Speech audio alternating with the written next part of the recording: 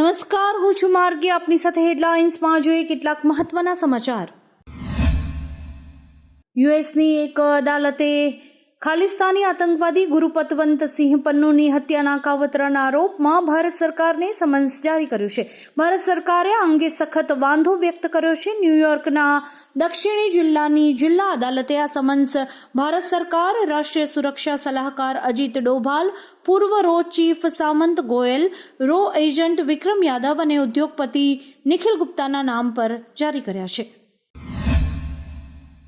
અંબાલાલ પટેલની નવી આગાહી પ્રમાણે આજથી 22મી સપ્ટેમ્બર સુધી છૂટાછવાયા વરસાદી ઝાપટા પડી શકે છે. સાબરકાંઠા, અરવલ્લી સહિત ગુજરાતના અન્ય ભાગોમાં વરસાદી ઝાપટાની સંભાવના છે. અંબાલાલ પટેલ મુજબ 22 સપ્ટેમ્બરથી બંગાળનો ઉપસાગર સક્રિય થશે. 27થી 29 સપ્ટેમ્બર સુધી ગુજરાતના ભાગોમાં સિસ્ટમ બનશે તો હળવોથી ભારે વરસાદ થશે.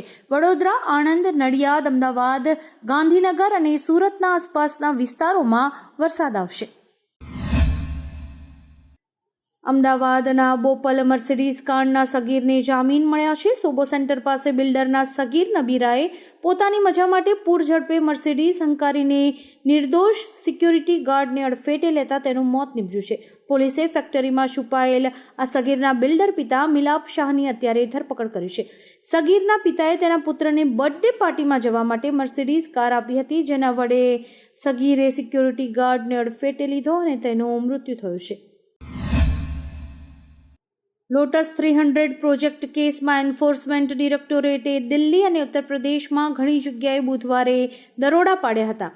નિવૃત્ત IAS અધિકારી અને નોઈડા ઓથોરિટીના ભૂતપૂર્વ CEO મોહિન્દર સિંહના ચંદીગઢના નિવાસસ્થાને પણ આ દરોડા પડાયા હતા. દરોડામાં 7 કરોડના હીરા રિટાયર્ડ IASના ઘરેથી અને 5 કરોડના હીરા વેપારીના ઘરેથી મળી આવ્યા છે. અત્યારે આ કેસની વધુ તપાસ ચાલી રહી છે. ઇન્સ્ટાગ્રામે ટીનેજરના અકાઉન્ટ્સની સિક્યોરિટી વધારી છે, જેમાં પ્રાઇવસી ફીચર્સને અપગ્રેડ કર્યા છે. મેટાએ ઇન્સ્ટાગ્રામ પર 18 વર્ષથી ઓછી વયના યુઝર્સ માટે વધુ સારી પ્રાઇવસી અને સિક્યોરિટી ફીચર્સને અપગ્રેડ કર્યા છે. આ ઉપરાંત તેણે પેરેન્ટલ કંટ્રોલ પણ આપ્યા છે, એટલે કે હવેથી કિશોરોના એકાઉન્ટ્સના કંટ્રોલ તેમના માતા પિતા પાસે રહેશે. ઇન્સ્ટાગ્રામ દર 60 મિનિટે એપ બંધ કરવાની સૂચના પણ આપશે.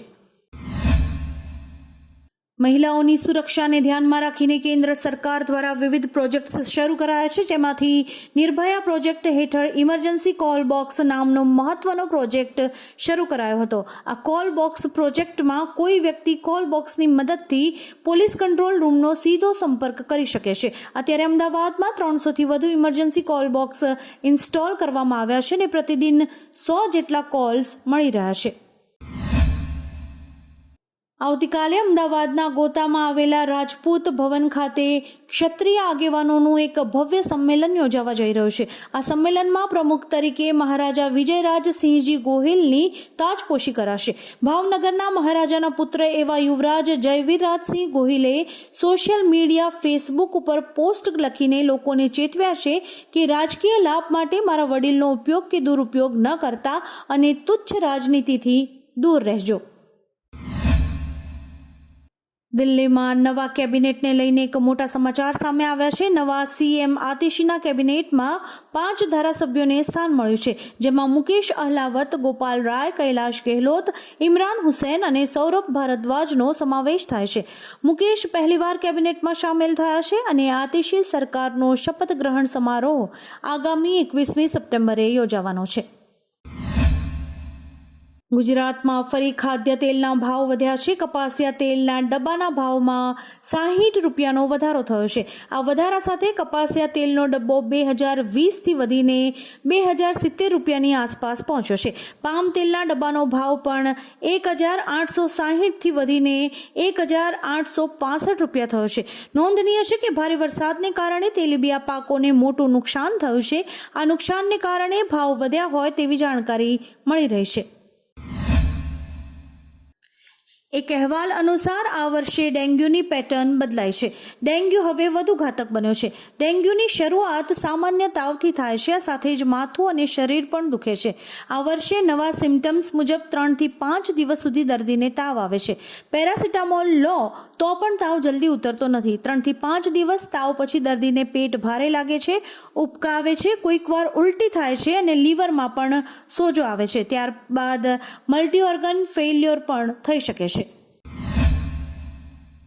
કૈલાશ પર્વતના દર્શનની રાહ જોઈ રહેલા ભક્તો માટે એક સારા સમાચાર સામે આવ્યા છે.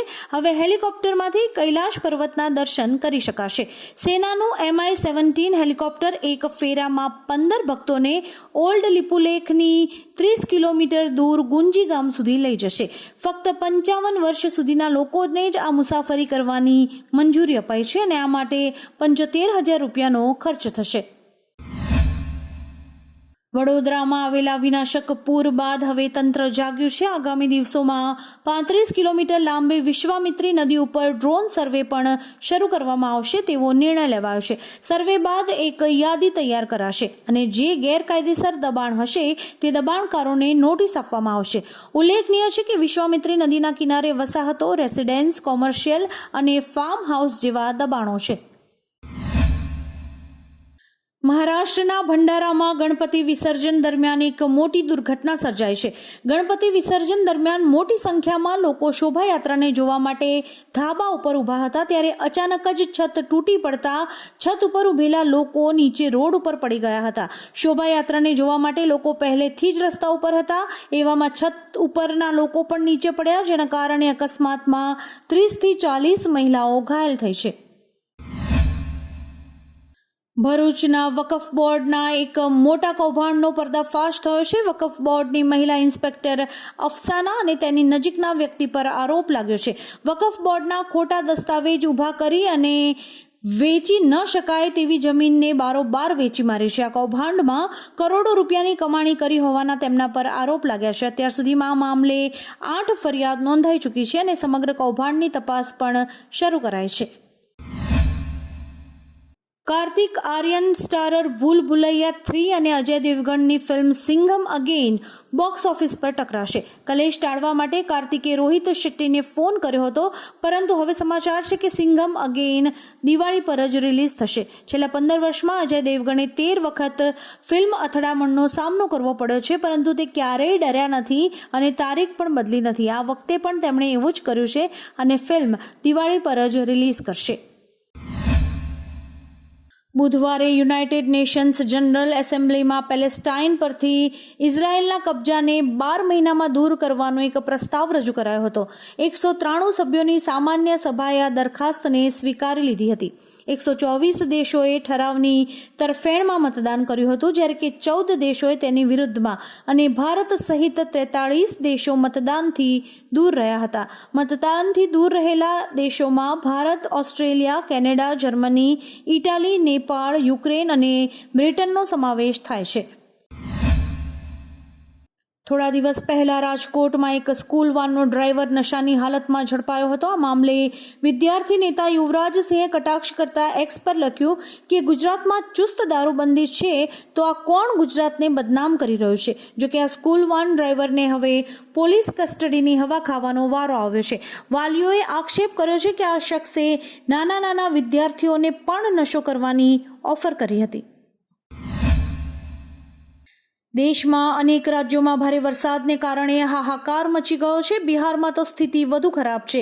અહીં પૂરના કારણે 274 શાળાઓ પણ બંધ કરવામાં આવી છે. 20 શાળાઓ સંપૂર્ણપણે પાણીમાં ડૂબી ગઈ છે. પૂરના કારણે પરીક્ષાઓ પણ અત્યાર પૂરતી મુલતવી રખાઈ છે. તો ઉત્તર પ્રદેશના 24 જિલ્લામાં પૂર જેવી સ્થિતિ છે.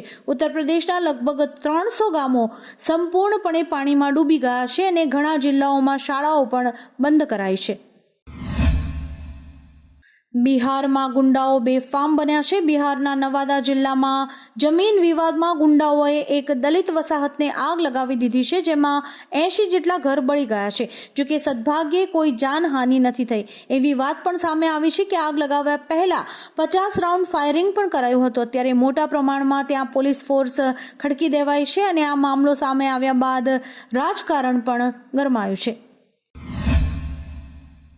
યુક્રેને રશિયાના ટોરોપેટ્સ શહેરમાં હથિયારોના ડેપો પર ડ્રોન હુમલો કર્યો હતો. આ હુમલામાં ઘણી મિસાઇલ્સ, બોમ્બ અને દારૂગોળો નાશ પામ્યો હતો. ઇસ્કંદર મિસાઇલ સિસ્ટમ માટે બેલેસ્ટિક મિસાઇલ્સ પણ અહીં રાખવામાં આવી હતી. હુમલા બાદ 6 કિલોમીટરના વિસ્તારમાં આગ લાગી હતી અને હથિયારોના વિસ્ફોટ બાદ ભૂકંપના આંચકા પણ અનુભવાયા હતા. તો બીજી તરફ રશિયાએ યુક્રેનના 54 ડ્રોન તોડી પાડ્યાનો દાવો કર્યો છે. હવે ઓસ્ટ્રેલિયામાં રજા માણવાની સાથે કામ પણ કરી શકાશે. ઓસ્ટ્રેલિયન સરકારે મોટી જાહેરાત કરી છે. ભારતના લોકો ઓસ્ટ્રેલિયામાં હરવા ફરવાની સાથે કામ પણ કરી શકશે. ઓસ્ટ્રેલિયન સરકારે માઇગ્રેશન એમેન્ડમેન્ટ ઇન્સ્ટ્રુમેન્ટ અંતર્ગત ફેરફાર કર્યો છે. નિયમો પ્રમાણે દર વર્ષે 18 થી 30 વર્ષ સુધીના 1000 ભારતીય યુવાનોને વર્ક એન્ડ હોલિડે વિઝા મળશે, જેને બેકપેકર વિઝા તરીકે પણ ઓળખવામાં આવે છે. કેનેડાના પીએમ જસ્ટિન ટ્રુડોની લિબરલ પાર્ટીને પેટા ચૂંટણીમાં કારમી હારનો સામનો કરવો પડ્યો છે. મોન્ટ્રીયલ સીટ પર તેમની હાર બાદ ટ્રુડોની સ્થિતિ જોખમમાં છે. આ બેઠક પાર્ટીનો ગઢ માનવામાં આવે છે. આમ છતાં પાર્ટીને આ બેઠક પર કારમી હારનો સામનો કરવો પડ્યો છે. જો અહેવાલોનું માનીએ તો આ હાર બાદ વિપક્ષ આવતા સપ્તાહની શરૂઆતમાં ટ્રુડો સામે અવિશ્વાસ પ્રસ્તાવ લાવવાની યોજના બનાવી રહ્યું છે. વડાપ્રધાન શ્રી મોદીએ કટરામાં એક નિવેદનમાં કહ્યું છે કે મોદી આજે કોંગ્રેસ અને નેશનલ કોન્ફરન્સને ડંકાની ચોટ પર કહી રહ્યો છે કે અમે જમ્મુ કાશ્મીરમાં પાકિસ્તાનના એજન્ડાને લાગુ નહીં થવા દઈએ. દુનિયાની કોઈ પણ તાકાત જમ્મુ કાશ્મીરમાં કલમ 370ની વાપસી નહીં કરાવી શકે. પાકિસ્તાનના રક્ષામંત્રીએ કોંગ્રેસ અને નેશનલ કોન્ફરન્સને ખુલ્લેઆમ સમર્થન કર્યું છે. તેમનું કહેવું છે કે કલમ 370 અને 35A ને લઈને કોંગ્રેસ અને નેશનલ કોન્ફરન્સનો એજન્ડા એ જ છે જે પાકિસ્તાનનો એજન્ડા છે. આવા જ કેટલાક રસપ્રદ સમાચારો નિહાળવા માટે અમારી યુટ્યુબ ચેનલને લાઇક, શેર અને સબસ્ક્રાઇબ કરો અને જોતા રહો હેડલાઇન્સ.